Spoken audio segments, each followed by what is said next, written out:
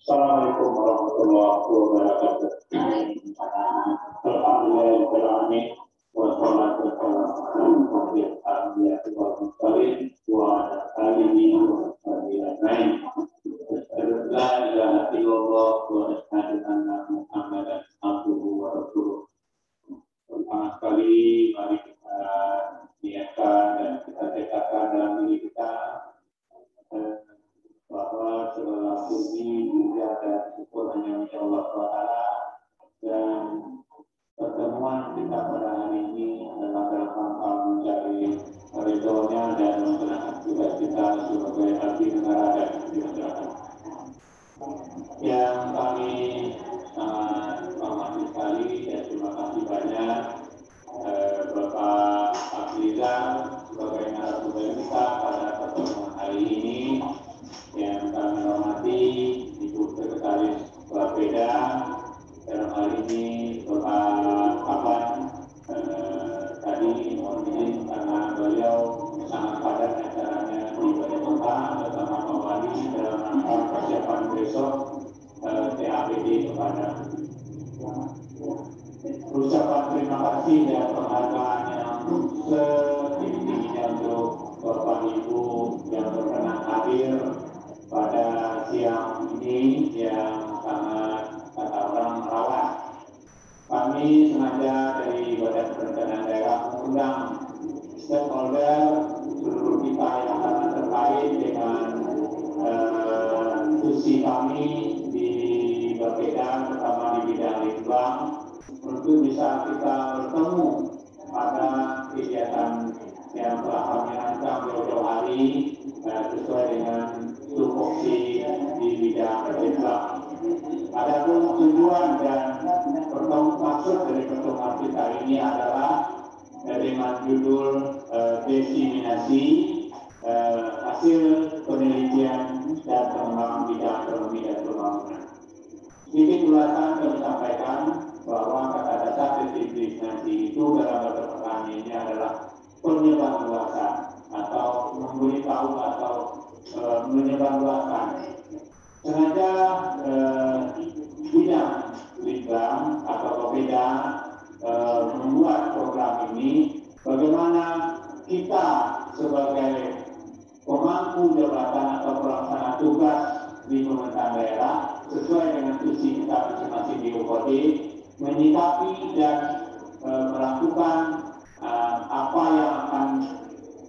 yang telah dan akan disampaikan selama ini di bidang litbang dalam pelaksanaan tugas, dan itu input dan masukan serta hasil dari pertemuan-pertemuan ini nantinya akan kami rangkum dan kami jadikan bahan kerja pemerintah daerah ke depannya. Mungkin itu sedikit komentar dari kami sebagai moderator. Kami berharap sangat kita bisa proaktif dalam pertemuan ini sebelum kita sampai nanti kepada tanya jawab. Kita persilakan waktu dan kesempatan yang seluas-luasnya kepada Bapak Dr. Abdizar sebagai beliau narasumber hari ini. Beliau ini adalah dosen di Politeknik Tanjung Pati dengan kajian dan disiplin ilmunya yang telah melakukan penelitian. Inilah yang akan sama-sama kita nikmati atau kita dengarkan nanti kajian dan paparan dari beliau. Namun sebelum itu kita minta juga kepada Ibu Sekretaris Mewakili Kepala Dinas untuk membuka acara ini. Kepada Ibu kami persilakan dengan hormat. Assalamualaikum warahmatullahi wabarakatuh.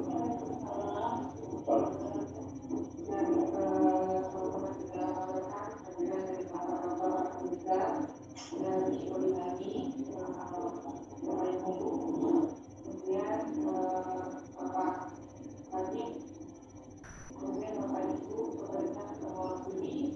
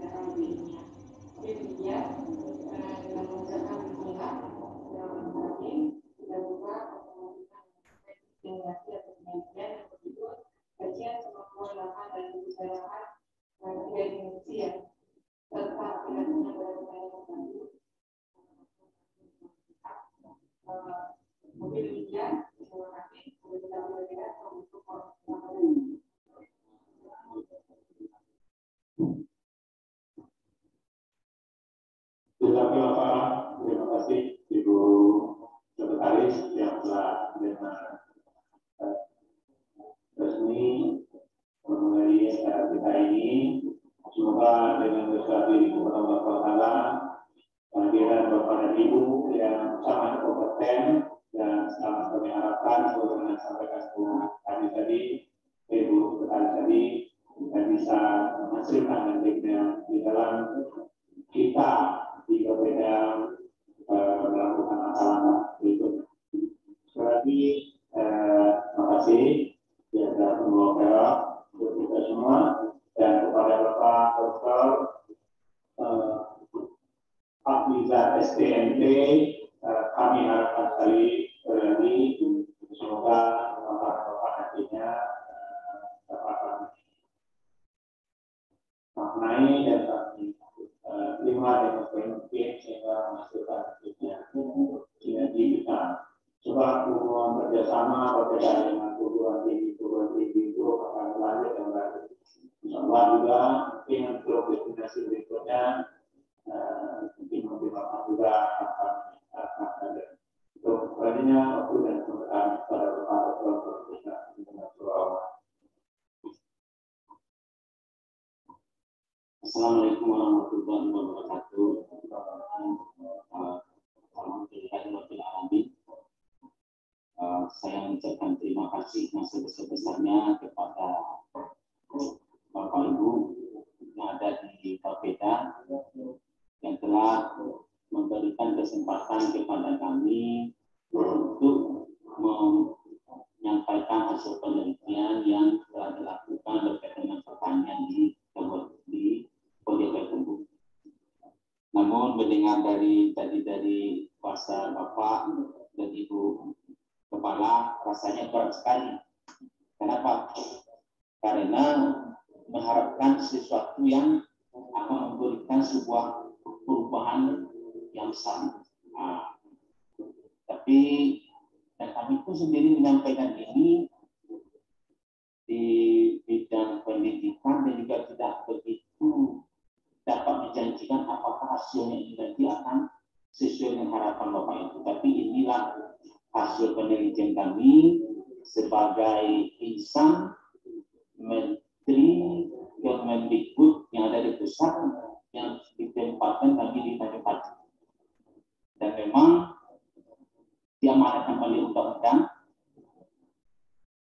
terutama Undang-Undang 45 kita pasal 33 itu, bahwa air, bumi, dan tekanan di dalamnya itu memang harus dipergunakan sebesar-besar untuk kemakmuran rakyat Indonesia.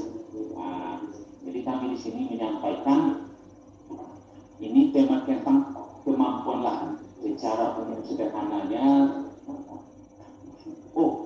sama seperti kita menilai manusia juga. Kita tengok orang ini mampu loh untuk naik haji, seperti itu. Mampu loh untuk beristri dua, mampu untuk bergaji. Jadi seperti ini seperti sederhana juga. Jadi kita melihat mampu loh untuk dijadikan pertanian intensif atau tidak? Atau ini mampu nak untuk dijadikan tanaman tahunan? Atau mampu nak lahan ini atau ditanam saja, tidak bisa diolah? Jadi dengan secara ilmiah parameter-parameter itu akan sajikan nanti kami tengok, kami analisa di 50 kota dan juga Payakumbuh mana potensi daerah ini. Tidak seperti itulah gambar sederhana. Sama seperti kita menilai manusia juga. Jadi parameter yang benar itu juga sama seperti manusia menilai manusia. Kalau orang itu ganteng, gagah, cantik, suka berinfak, kemudian keturunannya bagus, tapi umpamakan dia itu ada satu, kalau orang beragama dia itu maaf saja tidak muslim, jadi bagaimana itu? Apakah kita menerima? Sebagian menerima, sebagian tidak, karena tidak masuk kriteria. Walaupun itu bagus semuanya, tapi satu masalah itu dia tidak memenuhi, maka tidak diterima. Itu menjadi menarik. Ini juga dengan seperti ini juga nilainya. Ini tidak diterima untuk menjadi pertanian intensif. Jadi ini sedikit online dari presentasinya. Mungkin sampaikan bahwa dari hasil yang didapatkan juga telah didapatkan aktivitas intelektual. Karena ini artinya apa? Apabila nanti Bapak Ibu menggunakannya, kami berikan itu tidak perlu ragu. Maksudnya itu tidak akan ada yang menuntut karena sudah dimiliki hak ciptanya oleh Politani dan itu diberikan dengan ikhlas kepada Ibu karena itu bermanfaat bagi Ibu Tumbuh. Jadi kemudian mengenai nanti ada sedikit tentang penurunan umumnya dan juga ada dua buah hasil penelitian yang terkait tema hari ini.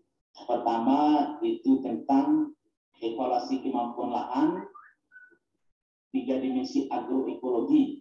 Kemudian juga evaluasi kesesuaian lahan. Jadi kalau kemampuan lahan ini secara umum nanti menyatakan ini cocok tanaman tahunan, cocok tanaman musiman atau ditanam. Sedangkan persesuaian lahan ini menyangkut kepada spesifik satu tanaman. Walaupun itu cocok satu tanaman musiman, kan umum baru. Tapi musimannya apa? Contohnya padi, atau umpamakan tanamannya coklat. Nah, ini apa yang cocok di daerah itu? Kira-kira seperti itu nanti akan kami sampaikan. Ini tidak begitu jelas, tapi dari tulisan ini, dari hasil penelitian ini memang sudah kami publikasikan. Kalau di perguruan tinggi itu Tridharma perguruan tinggi namanya Bapak Ibu, jadi tidak hanya disampaikan secara umum, tapi juga harus disampaikan dalam bentuk tulisan dan dipublikasikan di majalah-majalah seperti ini, majalah di luar negeri gitu. Kemudian di samping itu juga kita di Kemenkumham juga diwajibkan untuk mendaftarkan hak kekayaan intelektual. Jadi tidak ada orang yang bisa mencurinya lagi. Kalau dia mencuri tanpa minta izin mengambilnya, dia itu bisa dikenakan sanksi hukum. Jadi seperti ini. Ini kami buat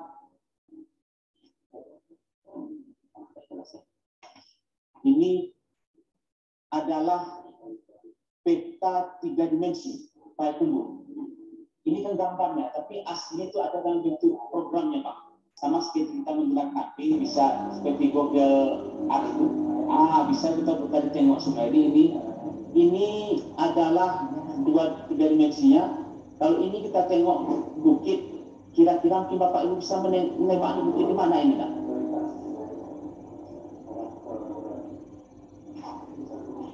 Kalau kita ini adalah yang besi ini adalah gang-gang seperti ini.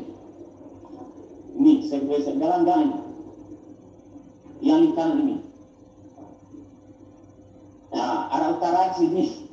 Kalau ini, ini bukit ini saya putar lagi kan pindah ke sini. Ini dia. Kurang lebih ini agar kita sama sedikit dapat membayang di mana bukit ini sekarang.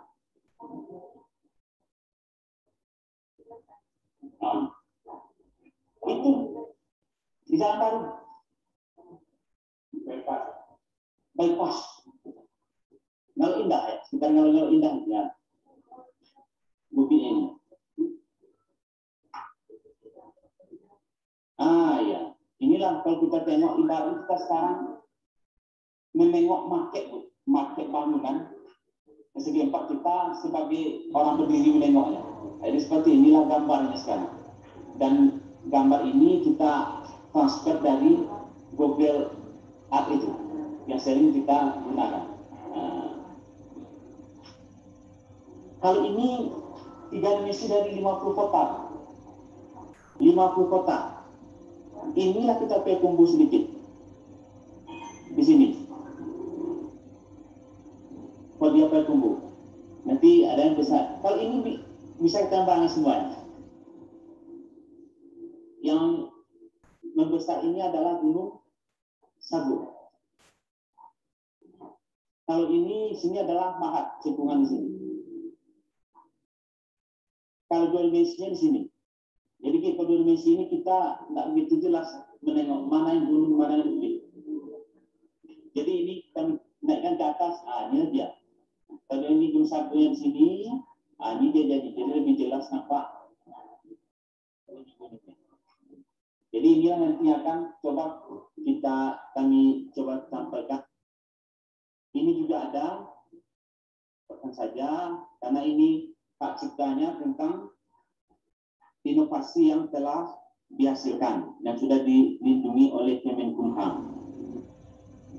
Sama juga, ini sedikit tentang dasar hukum mengapa kami di perguruan tinggi juga diwajibkan untuk melakukan penelitian. Pertama tadi itu Undang-Undang Dasar kita yang diamanatkan, bahwa kemudian juga ada tentang Undang-Undang tentang konservasi tanah dan air, terutama lahan pertanian, karena juga harus dilindungi.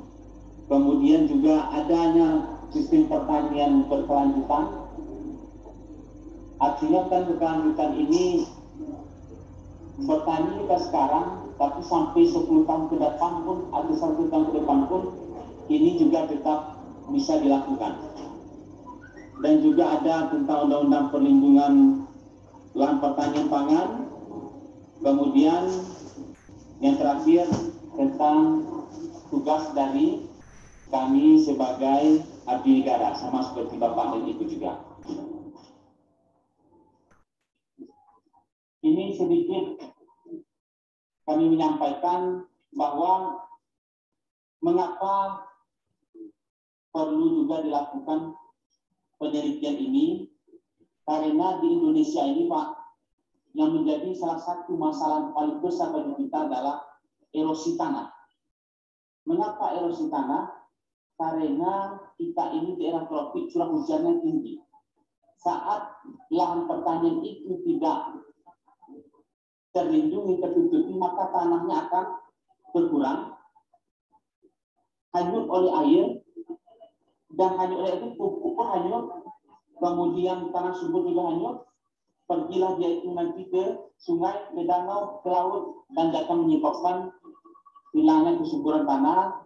Kemudian kalau irigasi juga menjadi rusak, dan juga kualitas air juga menjadi tercemar. Mengapa kok ini penting? Karena kalau kita berbicara 1 mm dalam 1 hektar itu, apabila tanah hilang oleh air hujan, itu kita menganggap sederhana, 1 mm. Tapi kalau dihitung beratnya Pak Ibu, ditampung, itu sama dengan 10 ton.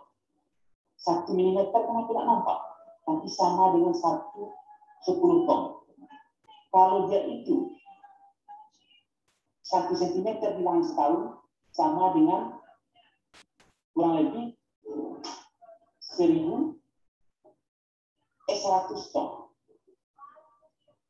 Karena 1 cm itu 10 mili, 1 mili 10 ton.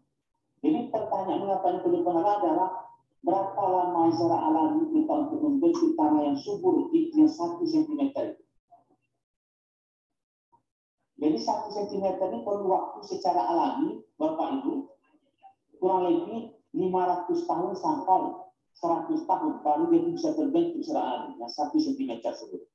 Tetapi untuk hilangnya oleh air hujan hanya cukup dalam waktu 1 tahun atau mungkin 1 bulan kalau hujan tidak kita untuk tanah hilang yang subur. Maka pertanian ini tidak bisa lagi untuk kita jaga. Maka ini sangat penting untuk menjaganya. Ini konsep yang kami lakukan. Kami ingin melihat bagaimana status erosi dulu. Kemudian kami coba membuat rekomendasi penggunaan lahannya, dan pertaniannya yang ada di 50 kota di Payakumbuh, dan juga dievaluasi kemampuan lahannya. Tujuan akhirnya adalah agar produktivitas das atau daerah aliran sungai atau yang ada di Payakumbuh ini dan 50 kota ini bisa berkelanjutan. Berkelanjutannya ini sederhananya kalau kita tengok dahulu, tanpa kita sadari bahwa di Minang ini datuk kita, bulu kandungnya Tepulu juga sebetulnya sangat cerdas Bapak Ibu. Karena dia sudah melakukan pertanian berkelanjutan ini. Apa contohnya? Sawah ada di kampung kita sudah berapa tahun umurnya? Ada yang ratusan tahun sampai ada yang zaman Belanda nanti 500 tahun. Sampai sekarang masih kita pakai. Berapa pintar mereka ini. Kalau orang sekarang sawah pertanian sendiri membuat sawah Bapak Ibu itu bisa berlanjut 1 tahun saja. Kenapa? Tahun pertama ditanam tidak ada berbuah karena keracunan. Tahun besoknya ada jadi sawah Bapak. Jadi saya memintakan di sini, kami salah satu yang kami utama, memang datuk nenek mama, bulu kandung, pengurutan dulu sangat pintar sekali. Bahkan saya sendiri pun juga kalah. Tidak bisa saya menciptakan sawah yang sampai umurnya 100 tahun berkelanjutan. Nah, kita mau tengok nanti berkembang. Sesuai berapa sawah kita ada di sini. Nah, ini adalah lokasinya. Kita di Payakumbuh seperti ini. Kalau kita tengok di Google itu, ada sendiri itu nanti. Nah, inilah dasar kami nanti membuat peta dimensi itu di sini. Kami buat di sini. Dan ini contoh pemukiman kita, bisa kita ambil sendiri, tengok pada Google, di HP kita sendiri. Ini pemukiman sawah kita ini yang umurnya sudah ada ratusan sampai bahkan sebelum Belanda masuk pun sudah ada sawah di Bukit sudah ada juga. Dan sampai sekarang masih ada. Ini hutan yang ada di sekitar bukit yang di Ngalau itu, Pak. Nah, Ngalau Indah. Ini baru kita masuk kepada tema penelitian kita ini yang tentang menengok kemampuan lahan tadi secara umum. Ini mampunya nanti tanaman intensif enggak? Ini bisa tanaman tahunan. Ini harus dihutankan. Nah, jadi disitulah kami ingin menengok ini, menyampaikan bahwa hasil yang kami peroleh ini metodenya itu, mengapa kemampuan lahan ini diperlukan, karena seperti kata ibu tadi itu kita perlu penilaian secara logika dan ilmiah. Maka itu dilakukan dan kemudian kita bisa untuk nantinya petani itu memperoleh keuntungan finansial yang lebih tinggi pada lahan pertanian yang diusahakannya. Dan untuk mencapai itu kami menggunakan metode yang juga sudah dipakai oleh FAO. Namanya metode untuk menilai kemampuan lahan. Dan metode ini betul sudah lama, tahun 1976 sudah ada. Tapi Datuk penghulu kita di sini di Minangkabau ternyata jauh lebih pintar. Sebelum teori ini lahir, mereka sudah menerapkan ilmu yang sudah ada dibuat oleh FAO ini. Ini adalah metodenya. Jadi ini maksudnya itu prosedur badan untuk melakukan penilaian itu. Nanti akan keluarlah rekomendasi kelas 1, kelas 2. Ini lahannya itu adalah terbaik untuk pertanian intensif atau tanaman tahunan. Intensif itu maksudnya sepanjang tahun bisa ditanami dengan menginput pupuk yang sedikit, hama dan penyakitnya sedikit, tapi hasilnya akan menguntungkan. Yang kedua lahir nanti kelasnya 3 dan 4. Ini terbaik untuk tanaman tahunan seperti umpamakan kita ini sawo atau apa itu tanaman-tanaman tahunan mangga segala macam. Kita lihat di mana dia pasnya. Kemudian kelas 5 dan 6 ini bisa juga tanaman musiman seperti tadi buah-buahan atau juga tanah rumput untuk makanan ternak. Kemudian kelas 7 dan kelas 8 ini direkomendasikan harus kalau dapat dijadikan hutan lindung. Atau kalau tidak bisa hutan lindung, kalau sudah ada petani di sana diberikan konservasi seperti membuat teras kebun atau teras individu pada lahan pertanian.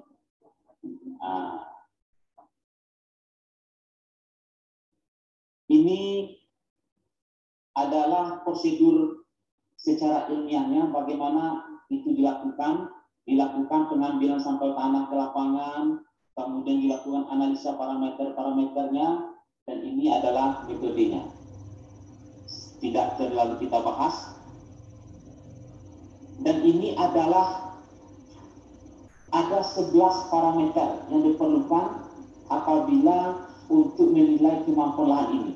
Pertama, kelerengannya, kedua, erodibilitas tanahnya, ketiga, nilai erosinya, keempat, kedalaman tanah juga digali nanti, kemudian teksturnya, halus, kasar, atau berpasirnya, kemudian permeabilitasnya, bagaimana air itu cepat masuk ke dalam tanah, kemudian juga ada drainase, dan juga batuan di permukaan tanah juga dinilai, kemudian lahan itu mudah kena banjir atau tidak, dan juga salinitasnya, keracunannya. Parameter ini yang nanti akan dikodok sehingga bisa dipetakan, jadilah oh ini loh kemampuan lahannya di sini. Ini dari data yang tadi digabungkan dengan data di Google itu, maka kami tampilkan petanya seperti ini. Ini adalah untuk kabupaten 50 kota. Dan kita yang di Payakumbuh di sini. ternyata dapat kita tengok kemampuan lahan kita di Payakumbuh ini jauh lebih baik daripada 50 kotak. Kenapa? Karena 50 kotak ini luas, Pak. Kalau di Payakumbuh ini kita hanya menemukan berwarna biru langit ini. Biru langit kita tengok di sini. Kemampuannya adalah 1. Artinya apa? Terbaik untuk pertanian intensif. Jadi mau sepanjang tahun diolah lahannya itu, hasilnya akan mampu. Bagus untuk pertanian. Kalau kita tengok ini, ada di sini, sedangkan kalau di Payakumbuh ini, kalau di Mampu Kota, kita temukan ada yang warna kuning malah. Ini harus terbatas karena warna merah ini, itu pasti untuk buah-buahan. Tapi untuk di Mampu Kota, tengok di Payakumbuh ini, warna kelas 1 dengan kelas 3 ini, yang dominan. Pertanian intensif terbatas. Artinya apa? Perlu, kalau terbatas ini, tidak harus setiap tahun ditanam dengan cabai saja. Atau sawah, tetapi harus diberakan beberapa kali. Agar kesuburan itu bisa terjaga. Tapi umumnya kita menemukan adalah kelas 1. Dan ini merupakan sumber daya yang luar biasa nilainya untuk dijaga. Ini kita perbesar. Tadi kita temukan juga kelasnya adalah kelas 1, 2, dan 3. Terbaik pertanian intensif dan intensif terbatas. Ini nama daerahnya. Dan ini adalah gambarnya saja. Tapi aplikasinya adalah sebetulnya ada di dalam komputer ini, bisa kita dipakai oleh pemakan dinas penyuluh pertanian. Kalau dia mau, kalau daerahnya di sini, dengan ambil koordinat yang ada di HP-nya, dimasukkan ke komputer itu, kita tahu, ini kemampuannya 1, bisa sepanjang tahun untuk dilakukan pertanian. Jadi itu sebutnya betul, ini gambar saya nggak bisa digoyang-goyang. Tapi dalam sebetulnya ada aplikasinya sendiri, sudah ada hasilnya sini bisa diambil. Ini kita coba lebih memfokuskannya kepada Payakumbuh betul. Ini kita bentuk dalam bentuk 3 dimensi tadi, Payakumbuh. Tapi kita temu pas rata-rata ini semuanya berwarna hijau langit. Ini adalah kelas 1. Hampir 90% daerah ini adalah kelas 1 kemampuannya. Intensif, bagus. Dan kita tengok warna biru ini adalah gambar sawah. Memang sudah digunakan untuk sawah sepanjang tahun. Itu saya bilang tadi, sebelum ilmu ini lahir, Datuk Nenek Mama itu sudah lebih pintar. Dia guna untuk sawah. Tahu dia. Kami baru sekarang baru mengungkap masalah ilmiah. Oh ya, memang pantas digunakan untuk sawah. Kenapa tidak digunakan untuk yang lain? Kemudian yang ada perbukitan sini barulah di sini dijadikan pertanian intensif terbatas. Itu sininya bagus untuk daerah-daerah yang agak sedikit perbukitan, jadi daerah bisa jadi tanaman-tanaman buah-buahan atau tanaman-tanaman lainnya. Dan itu nanti akan kita tengok berapa jenis tanaman yang S1, S2, S3-nya ada di selat. Kemudian ini bukitnya ada di, yang kita tengok bukitnya ada di Jalan Baru kemarin tadi, yang kita kalau bilang kan apa, ada tinggi jurang kan, ada yang alang-alang dari sana. Ternyata di sini memang kalau mau itu ditanami itu bisa untuk buah-buahan atau padang rumput.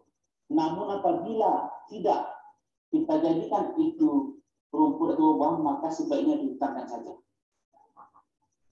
Agar dia itu kembali, dia itu menjadi lahan yang bisa nanti menjadi lebih produktif setelah dia itu meningkat kesuburannya setelah dihutankan itu.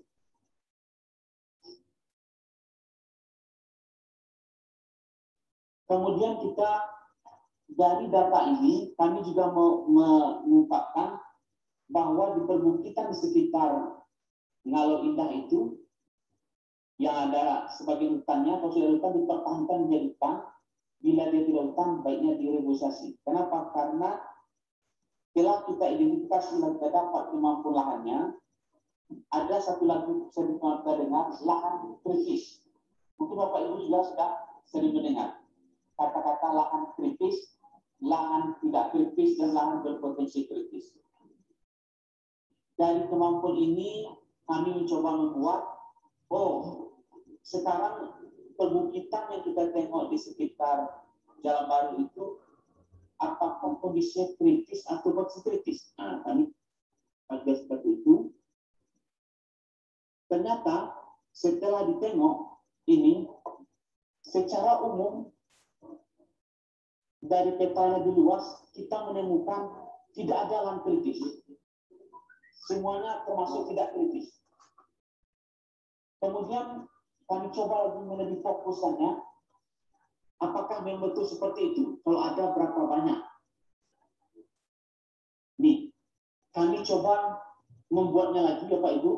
Ternyata di sekitar Bukit Tinggalnya Jalan Baru itu, yang masih wilayah Kodiapel Kumbu, kita menemukan ternyata lahan itu karena tertanam tumbuh alang-alang dan di lereng yang sangat curam, itu adalah berpotensi kritis lahannya dan juga lahan kritis.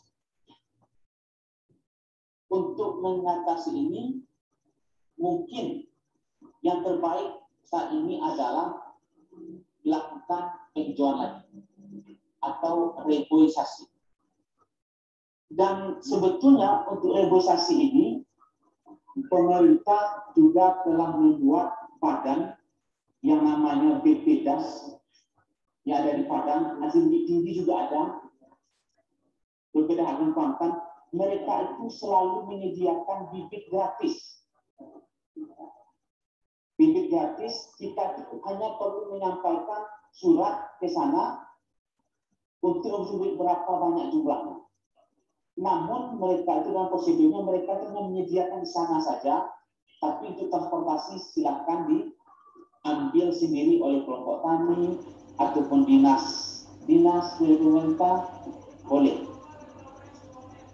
Nah, jadi kalau sumber bibitnya bisa didapat di sana, cuma transportasi penanaman diserahkan kepada kelompok-kelompok atau lembaga-lembaga yang akan melakukan reboisasi sekitar bukit itu.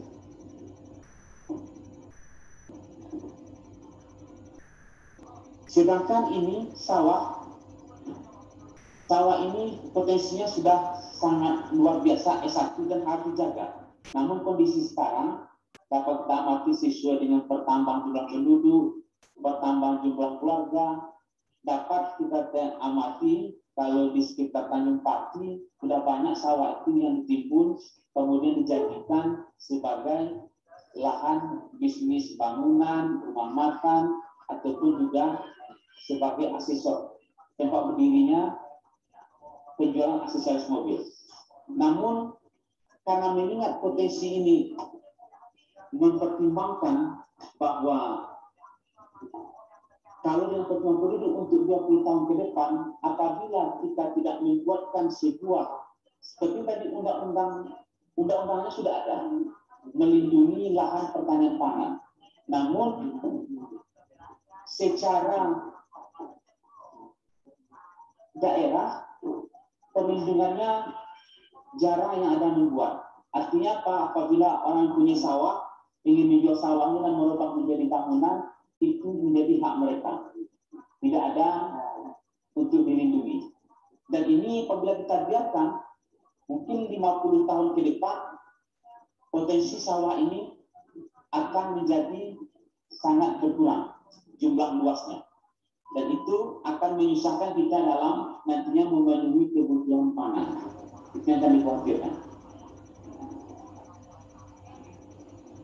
Ini sedikit kesimpulan secara umum bahwa di Kodiapel Kumbu ini kita menemukan umumnya lahan itu hampir 80% mempunyai kelas kemampuan 1, kelas tertinggi.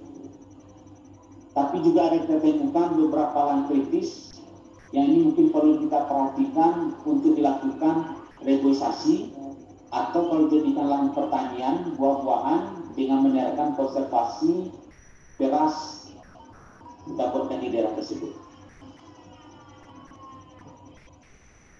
Selanjutnya izinkan juga saya untuk menyampaikan penelitian semacam kedua ini.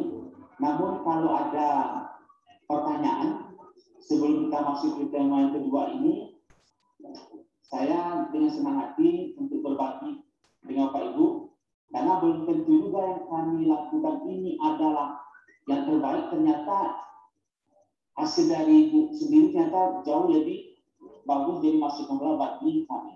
Karena itu, bagaimana Pak? Ada rekan kita boleh lanjutkan yang kedua. Jadi yang kedua ini temanya adalah tadi kan kita sudah tahu, ini kemampuannya satu, kemampuan tertinggi menurut FAO nomor tinggi. Dan ini sebelum adanya ilmu dari FAO itu ternyata Datuk kita dulu 100 tahun yang lalu, Budokanto dahulu ternyata sudah jauh lebih tahu, lebih pintar dia sebetulnya sebelum ada FAO ini membuat penilaian. Mereka sudah pandai menilai sendiri. Itu sekarang diakui, nama ilmu itu namanya indigenous knowledge, pengetahuan petani lokal. Jadi kalau ada asumsi bahwa petani dulu itu tidak pintar, ternyata dengan ini Pak mereka jauh lebih pintar. Di sini setelah kita tahu tadi bahwa ini kemampuannya satu, tertinggi. Lalu tanaman apa saja yang bisa ditanami di sini? Kami minta memilih 100 tanaman spesifik apa saja yang layak ditanami di Podia Pertumbuh ini lagi. Nah, ini kami coba menjelaskannya. Ini kami contohkan satu video dulu, prosedurnya bagaimana untuk tanaman gambir. Tapi gambir itu ternyata 50 kota ini memproduksi gambir itu 80% untuk kebutuhan dunia. Dunia kita nomor 1, 50 kota, termasuk Payakumbuh. Namun yang menariknya di sini adalah mengapa kok orang Datuk dan orang cuma memilih sawah, tidak ditanaminya untuk gambir di sini. Dan gambir itu banyak di daerah 50 kota, Mahat dan kemudian Kapus 9 juga banyak sana. Jadi perkumpulan juga menggambir, rasanya tidak ada. Satu yang menarik, mengapa orang tidak merekomendasikan itu? Nah, di sini kita akan coba menyampaikan nanti bahwa ternyata mengapa ini kita perlukan, karena dengan begitu nanti diharapkan bahwa petani itu bisa dia itu memilih tanaman dan kita merekomendasi apa yang cocok ditanami di lahan pertaniannya selain dari tanaman yang ada sekarang.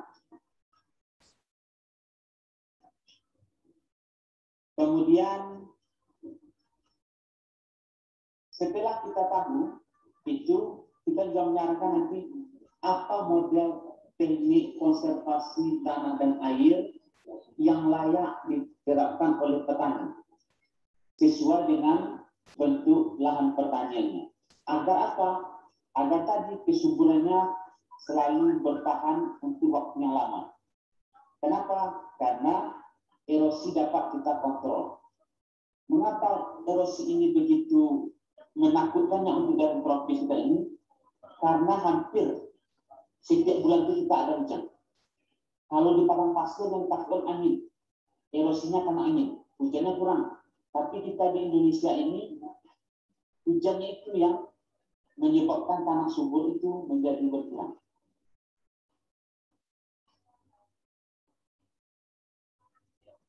Ini juga sama seperti tadi, kami juga melakukan pengambilan sampel tanahnya ke lapangan, kemudian mengambil data iklimnya ke meteorologi, dilakukan analisa di labor, fisika dan kimia tanahnya, kemudian barulah dimasukkan, diolah datanya. Ini datanya diolah dengan survey, ada namanya GPS visualizer, ada TCA converter, ini ada sekitar 6 software untuk mengolah datanya. baru nanti keluar petanya. Peta ini gunanya apa? Agar nanti PPL bisa membawanya dengan laptop lapangan dan bisa mendeteksi daerah mana ini yang betul-betul pas untuk tanaman ini.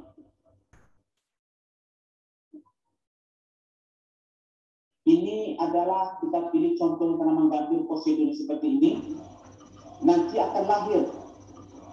Contohnya satu tanaman gambir untuk daerah ini S1, S2, S3 dan N.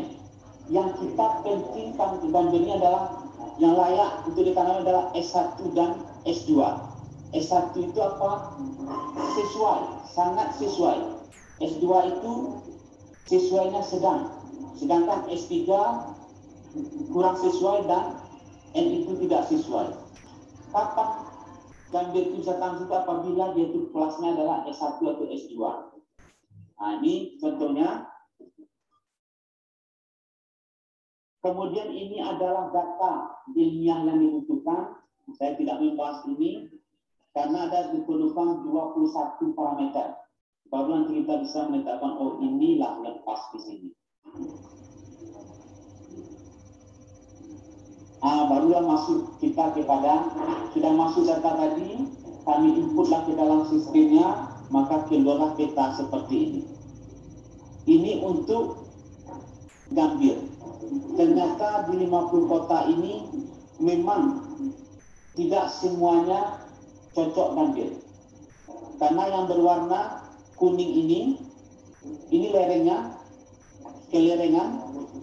Yang kuning ini lerengnya 15-30%, yang merah ini lerengnya adalah lebih dari 30%, sedangkan yang biru langit ini termasuk daerah Payakumbuh ini kecil dari 8% dan kecil dari 8-15%. Dan umumnya untuk kota Payakumbuh ini kelerengannya ada kecil 8% dan ada sedikit di daerah perbukitan sekitar 8-15%. Dari data ini lah nanti bisa bagaimana kelayakan untuk 100 macam tanaman yang ada di Indonesia untuk bisa ditumbuhkan di Kodia Payakumbuh ini. Ini adalah contoh. Kami hasilkan peta, kemudian kami koreksi ke Mahat. Salah satu di sana, ini mereka bertanam gambir di lahan yang lereng, dan lahan seperti ini sebetulnya adalah S3, kurang sesuai untuk gambir. Namun, karena pertambangan sumber ekonomi, tetap juga ditanam tanpa adanya konservasi. Sedangkan untuk kita di Payakumbuh, sini Kodia Payakumbuh umumnya kelasnya sesuai S1 dan ada yang S2, ada S3 dan ada juga yang tidak sesuai. Dari peta ini, inilah hasilnya dan juga belum jelas. Kemudian kami lebih detailkan lagi dan inilah kami dapatkan. Ternyata untuk gambir lahan medan datar ini semuanya bagus untuk gambir, tapi kenyataan orang tidak ada menanam gambir, tapi malah menanam sawah. Karena itu adalah pilihan. Kemudian lereng-lereng bukitnya ini itu juga pada kelas tidak sesuai ataupun tidak layak karena kelasnya S3 atau S atau N di daerah bukit yang kita tengok tadi di sekitar Ngalo Indah dan Jalan Paru itu. Nah, ini yang kita rekomendasikan tadi untuk dijadikan direboisasi saja. Ini adalah hasil dari sebuah studi yang disampaikan tadi. Ternyata pilihannya tidak kepada gambir, tapi dan orang-orang tua kita dulu petani menjadi sawah. Ini dia. Kenapa? Karena sawah itu berpikirnya adalah makanan pokok. Apabila kita telah memenuhi makanan pokok, maka kemakmuran dari masyarakat itu akan terjamin. Sedangkan gambir itu tidak makanan pokok. Makanya pilihan itu di lahan datar ini adalah dipilih oleh Datuk adat kita dulu, kita keluarga dulu menjadi lahan pertanian sawit. Dan sampai sekarang pun masih tetap terjaga kesuburan sawit. Sedangkan bukit-bukit di sekelilingnya ini memang tidak bagus untuk sabana merah ini. Kenapa? Karena memang susah mungkin dalam penyediaan airnya. Sedangkan di daerah datar ini yang kecil 8% memang kelas 1 untuk sawah, S1, maka dipilihlah itu menjadi sawah. Dan inilah sebagai kita generasi sekarang berpikir 200 tahun lalu sawah itu dibuat sampai sekarang masih ada. Bagaimana 200 tahun ke depan? Tentu kita lagi memikirkan bagaimana membuat peraturannya agar sawah ini tidak beralih fungsi menjadi bangunan. Kemudian satu lagi, walaupun ini sudah terjadi seluruh Indonesia, bahwa produksi sawah kita ini kalau diukur secara petak 10 meter kali 10 meter atau 20 meter kali 20 meter, memang produksinya tinggi. Apa itu? Bisa terdapat 10 ton per hektar sampai 15 ton per hektar. Tapi apabila kita mencoba mengukurnya dalam luasan per hektar, kita tanya betul per hektar, itu rata-rata stagnan. Kita 5 ton per hektar. Walaupun sudah diberikan pupuk yang banyak, ternyata salah satu penyebabnya dari hasil studi kami ini adalah karena kita intensif 3 kali atau 2 kali setahun menanam padi, tidak ada waktu lagi untuk jerami atau sekam itu untuk membusuk dengan normal. Tapi kita lakukan pembakaran, itu kita bakar dia. Ternyata kalau kita tengok di luar negeri, contohnya di Jepang atau di Thailand, mereka itu ada salah satu pupuk yang mereka buat itu pupuk KSI namanya, kalium silika. Kita tidak ada, kita KCl, kalium klorida. Dan ternyata silika itu bahasa kitanya silikon, itu tahu kan? Kalau untuk kecantikan silikon, untuk padi ini di usaha utama dia. Kenapa? Dengan silika itu banyak, maka daunnya itu nanti akan susah diserang oleh penyakit, sehingga itu subur terus tahan penyakit. Dan silika ini yang berkurang karena tidak pernah kita kasih. Datang dari mana selama ini? Dari air irigasi. Tetapi itu pun sekarang tidak cukup lagi. Kenapa? Karena ada praktek pembakaran tadi menjadi abu, jadi silikanya itu menjadi kristal. Karena dibakar itu ditengok menjadi kristal, biasanya tidak bisa diambil lagi oleh apa-apa. Karena itu produksi itu jadi stagnan. Jadi salah satu obatnya adalah, tapi ini boleh juga dipraktekkan, pupuk silika. Tapi sebetulnya sumbernya banyak. Tidak perlu harus dibeli KSI impor. Kenapa? Karena di sekitar daerah ada pabrik pembangkit listrik tenaga batu bara. Dia itu membakar batu bara, kemudian abunya itu sekitar sabun itu berkesan kali ada salah satu. Kalau itu ya, mereka pusing untuk di mana mau dibuang abunya. Abunya itu paling banyak silikanya, bisa jadikan langsung dikeluarkan ke sawah jadi pupuk silika. Tapi itu belum dilakukan. Tidak perlu dibeli sebetulnya. Salah satu sumbernya. Pupuk, minta saja abu, terbang batu bara itu bekas dia membakar itu listrik itu, serahkan tempatkan ke sawah langsung. Dengan dosis kurang lebih ya 5 ton per hektar. Sama seperti kapur. Kapur tidak bisa mengobat karena kapur tidak mengandung silika untuk sawah. Nah, jadi inilah salah satu kendala ke depan kalau kita bisa untuk sudah dan seperti itu akan meningkatkan produksi dari beras tadi dan juga akan mengurangi pemakaian pupuk NPK, urea, KCl, SP3. Karena dengan dosis kita meningkatkan pupuk, meningkatkan SP3, meningkatkan urea, ternyata hasil itu tetap juga stagnan 5.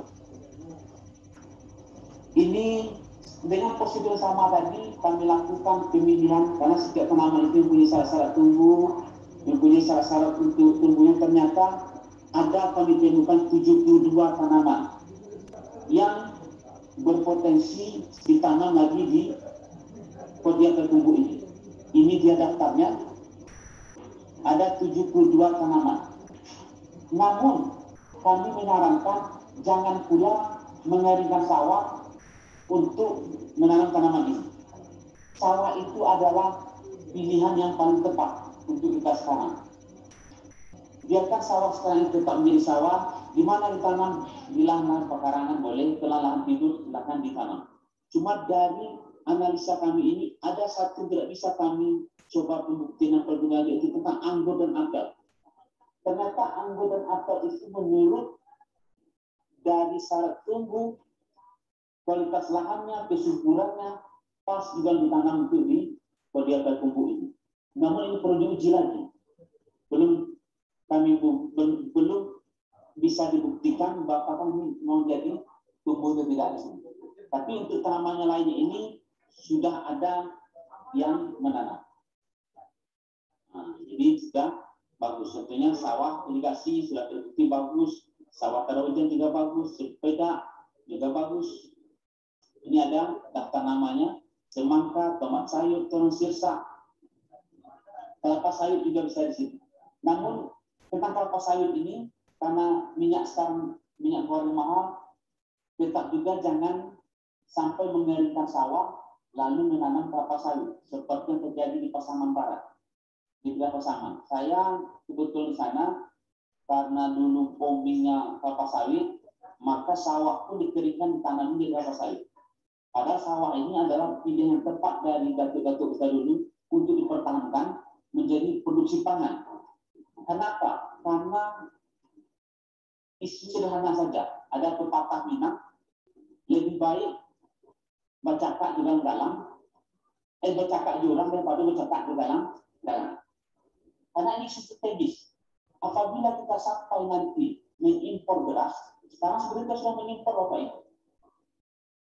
Dulu kita sekarang kita mengimpor beras, jutaan ton setiap tahun kita mengimpor. Karena kita tidak swasembada lagi. Salah satu faktornya ini produksi gas tanah tidak bisa ditingkatkan, sementara sawahnya terus berkurang. Sawah baru yang dibuat pun tidak berhasil. Paling lama bertahannya 2 tahun, 1 tahun. Tidak ada produksi lagi, tidak dijadikan menjadi sawah. Kenapa? Karena untuk membentuk sawah itu yang bagus itu perlu waktu puluhan tahun. Untuk membentuk lapisan baja itu, agar bisa subur bagus itu perlu puluhan tahun. Kalau sawah baru itu akan keracunan FT dia namanya. Sehingga tanaman itu merah-merah tidak sempat berbuah. Jadi selanjutnya ini tanaman yang sesuainya S3, artinya apa? Kurang sesuai. Ada kami temukan sebanyak 30 jenis tanaman yang bisa dikembangkan di Kodia Tertumbuh ini. Termasuk di sana adalah jagung. Jagung sekarang kan mahal. Namun ini untuk tertumbuh ini itu S3 kurang sesuai. Kalaupun kita bisa mengusahakan itu untuk 20 hektar, namun ini akan terancam penyakit yang banyak. Kemudian nanti kegagalan untuk produksi kalau diumpamakan dibungkus bibit itu dikatakan produksi sekitar sampai 20 ton atau 30 ton. Untuk jagung sini kita tanam mungkin nanti separuhnya akan bisa tercapai karena begitu banyaknya kendala faktornya akan ditemukan. Kalau kita untuk mengatasi kendala itu akan menggunakan modal yang lebih banyak lagi. Kemudian di sini ada kami temukan kurang lebih 10 tanaman yang tidak sesuai untuk dikembangkan di sekitar lahan-lahan di Kodia Tertumbuh, terutama bawang merah, bawang putih, gandum, kapas, sorghum, wortel, kemudian kubis, asparagus, kentang, dan kopi arabica. Ini kalau diusahakan, ini bagusnya hanya sebagai hobi saja. Kenapa? Kalau diharapkan untuk menghasilkan ekonomi dari sini, lebih banyak meruginya. Kalau bisa tumbuh nanti, perlu nanti input yang teknologi yang banyak. Akhirnya dikurangi modal, biaya, akhirnya juga akan mendapatkan income masih sedikit. Gagal-gagal itu tidak bisa tumbuh. Kira-kira inilah kita rekomendasinya yang kami dapatkan. Bukan kelerengan Bu. Jadi dia pilih 3%, nampak itu maka atau 3%, maka kita rekomendasikan nanti terasnya teras datar. Kemiringan ceritanya, elevasi, slope, jadi yang tahu nanti itu. Kemudian kalau 3-10% kita beri teras kredit. Begitupun nanti 15-30% lerengnya ataupun kemiringannya itu kita beri teras bangku. Dan ini salah satu ilmu yang juga sudah diterapkan ratusan tahun lalu oleh datu-datu kita, nenek mama kita dan bulu kangkung ada di Minangkabau. Kita tengok, kalau ada sawah dibuatnya teras, itu sebelum ilmu ilmiah ini kita rekomendasikan dan untuk lewat bertani sudah lakukan itu. Ternyata itu yang baik dan juga sampai ratusan tahun sekarang masih terpakai. Kesuburan tanah terjaga karena bagus untuk mengontrol erosi. Jadi dari penelitian kita ini lebih banyak orang mengungkapkan kecerdasan dari nenek mama petani-petani kita masa lalu. Diungkapkan dengan ilmiah di sini. Dan ilmunya itu kita anggap sederhana, ternyata luar biasa, berkelanjutan untuk menjaga kesuburan tanah. Ini modelnya, dan itu teras datar, gudang kecil saja yang dibuat di tanah itu. Itu banyak dilakukan oleh petani sekarang, seperti buat bedengan untuk petani. Itu salah satu tindakan sederhana untuk menjaga kesuburan tanah dan untuk mengontrol erosi. Ini yang agak susah, teras bangku. Kemudian teras individu ini itu daerah lahan-lahan yang berlereng lebih dari 30%. Ini biasanya tidak bisa dibuat oleh petani sendiri karena ini perlu subsidi dari pemerintah. Karena begitu susahnya untuk membuat, tapi ada juga petani yang begitu bikin untuk membuat bisa dia buat sendiri. Tapi kalau sekarang ini kalau kita tengok kita dari daerah Pasaman, mereka menggunakan eskavator untuk membuat teras individu ini bagi petani sawit yang kaya. Dia beli eskavator sendiri, mungkin itu daripada ditetapkan dijadikan sawit ditempangi semuanya, karena dia menang. Harusnya kalau di tengok bagus itu bagus untuk direboisasi karena kita apa? Bahaya banjir dan longsor akan menunggu. Mungkin 10 tahun ini tidak, tapi 30 tahun ke depan akan banyak terjadi apabila bukit belerang seperti ini dijadikan jadi sebagai lahan pertanian seperti sawit. Ini yang perlu kita waspadai. Kemudian ini untuk di 50 di Kabupaten Kodia Payakumbuh ini kami buatkan juga rekomendasinya. Ternyata yang biru ini adalah sekarang sawah. Direkomendasikan teras datar atau musa dan ini sudah dilakukan. Karena sawah itu sudah ada petak-petak. Sudah otomatis. Sebelum kami rekomendasi ini sudah dilakukan oleh petani-petani kita. Dan mereka sudah melakukan dengan benar. Maka itu sawah itu ada umur 200 sampai 300 tahun, dan sekarang masih tetap produksinya bagus. Karena begitu pintarnya petani-petani dulu untuk melakukan konservasi.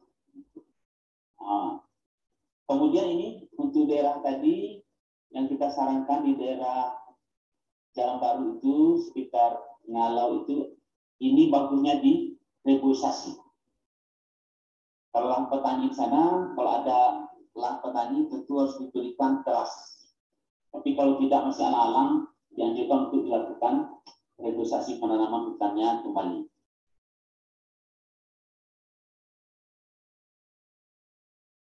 Dan ini untuk Kabupaten 50 Kota dan Kodia Payakumbuh, apabila kita melakukan rekomendasi tadi, buat teras data, teras gudang, teras kredit, maka kesesuaian lahannya akan bisa berubah dari yang S3 kemarin menjadi S2. sehingga nilai ekonominya akan menjadi lebih tinggi diterima oleh petani. Dan juga daya guna lahannya untuk ditanami akan meningkat sampai puluhan tahun ke depan karena erosinya terkontrol. Ini sedikit kesimpulan. Kemudian ini pengenalan 72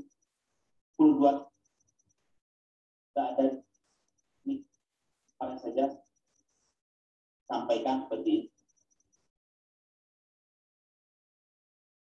Kalkulasi namanya ini sudah ada gambarnya di situ.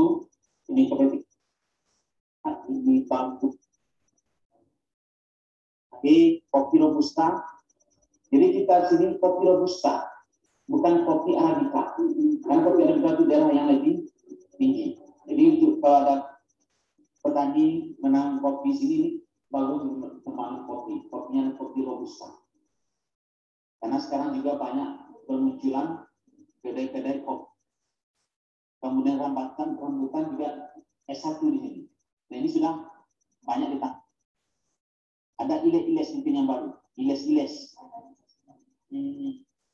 Apa bahasa kita ya? Seperti ini apanya Bu? Pohonnya.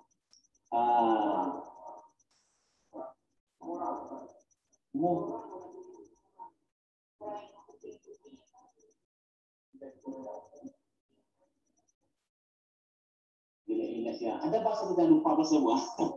Karena sudah tua juga saya. Ini karet juga bagus di sini. Kemudian anggur ini yang belum ada yang coba. Dan saya juga kami juga masih mau mencoba, tapi belum dicoba ya. Tapi berpeluang, berpotensi untuk dikembangkan di media pertumbuhan. Kemudian sukun di sini sudah banyak. Dan kelapa sawit sudah tidak ada. Kelapa sudah betul. Pinang juga memang bagus. Alpukat juga S1 S2 berpotensi apa? Membentuk kita. Mute ini untuk sutra ya. Daunnya. Kunyit. Nah, kita memang bumbu kunyit. Plengkeng juga berpotensi. S1 S2. Salak.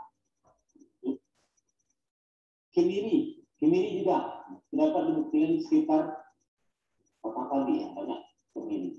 Ada pabrik yang membuat kemiri di sana. Kacang tanah juga hit. Ini bentuknya, ini belum mungkin ini, tapi berpotensi. Ubi kayu ya, memang banyak ubi kayu. Pare juga. Jambu biji, jambu siam, ya. Lada ini agak jarang, tapi ini berpotensi menguntungkan. S1 S2 di pasaman banyak yang ada. Semangka ada, apa kita sukses. Ini bunga, kalau bau hortikultura sedap malam. Iklimnya sini pas untuk di. Kemudian gladiol juga tanaman apa? Bunga ya.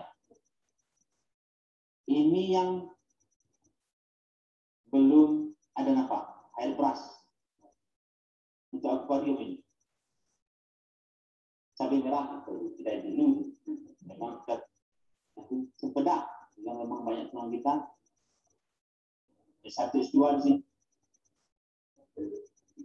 Kemudian ini bunga kenanga, juga kencur, walaupun sedikit tapi kencur berpotensi sini untuk dikembangkan. Tembakau ya, banyak kita yang menanam tembakau di kaki sagu banyak juga. Terong juga banyak dan kita terong sudah banyak. Tomat buah juga. Kacang tunggak. Buncis juga sudah ada banyak. kepayang ini dimabukkan dulu. Mabuk kepayang. Jadi memang tidak sebab ganja, narkoba itu memang bagus di sini. Tapi tidak boleh dengan kita tangkap polisi juga saya. Tapi ini kepayang ini salah satu untuk memabukkan obat-obat untuk kimia, untuk farmasi. Bunga matahari ini negara, tapi memang bagus. Serikaya juga. Apel satu lagi. Dari segi iklim tanahnya di sini bisa seperti mungkin apel bang, tapi belum ada kita mencobanya di sini. Tapi berpotensi. Stroberi juga bisa. Belimbing, mawar, melinjo, rintian, keripik, rintian, emping, paguak, melon, mentimun, nangka. Nah, sini rumput ini makan ternak, rumput gajah, rumput sukaria, sirsa banyak di tanaman-tanaman pekarangan lain. Memang S1, S2 dia perkembangan. Petai, ya, pisang, aster ini bunga apa lagi bunga untuk. Kemudian ini ada 30 tanaman yang sifatnya lebih banyak kepada hobi. Kalau untuk mencari keuntungan ini diusahakan akan sedikit mengecewakan hasilnya. Ada 30 tanaman ini, karika, jambu, kayu manis, kedele,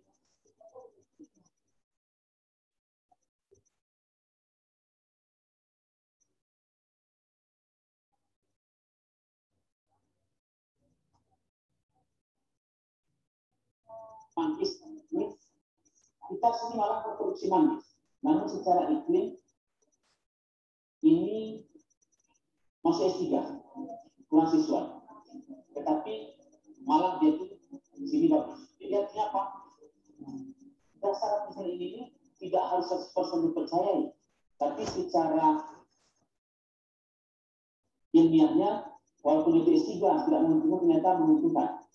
Seperti manggis. Ini satu lagi, bawang merah. Saya menengok di lapangan bawang merah ini banyak dari tanam loh. Cuma hasilnya yang memang tidak sebesar buah bawang merah yang ada di padang panjang atau di alam panjang. Tapi masih menguntungkan. Kalau di sini tidak sesuai. Tapi karena harganya masih menguntungkan, masih diusahakan oleh banyak petani. Nah, bawang putih juga tidak sesuai di sini. Ini gambarnya kira-kira dengan mengucapkan terima kasih telah Bapak Ibu memberi kesempatan kepada kami dari Politani untuk berbagi tentang hasil penelitian kami. Dan ini bukanlah 100% artinya benar ya. Namun secara ilmiah kami berusaha menyampaikan inilah kemungkinan atau potensi yang ada di Kodia Payakumbuh tentang lahan pertanian kemampuannya. Tadi kita bilang umumnya ada kemampuan 1 dan kelasnya tidak. Khususnya ada 73 tanaman berpotensi S1 S2 dan ada 10 tanaman yang potensi tidak sesuai komen. Kalau dapat hanya sebagai hobi saja 10 tanaman itu. Saya ucapkan terima kasih sekali lagi. Saya kembalikan kepada Bapak Ibu moderator, dan kalau ada kita saling berdiskusi bertukar pikiran, saya sangat berterima kasih sekali. Terakhir silakan. Assalamualaikum warahmatullahi wabarakatuh. Waalaikumsalam.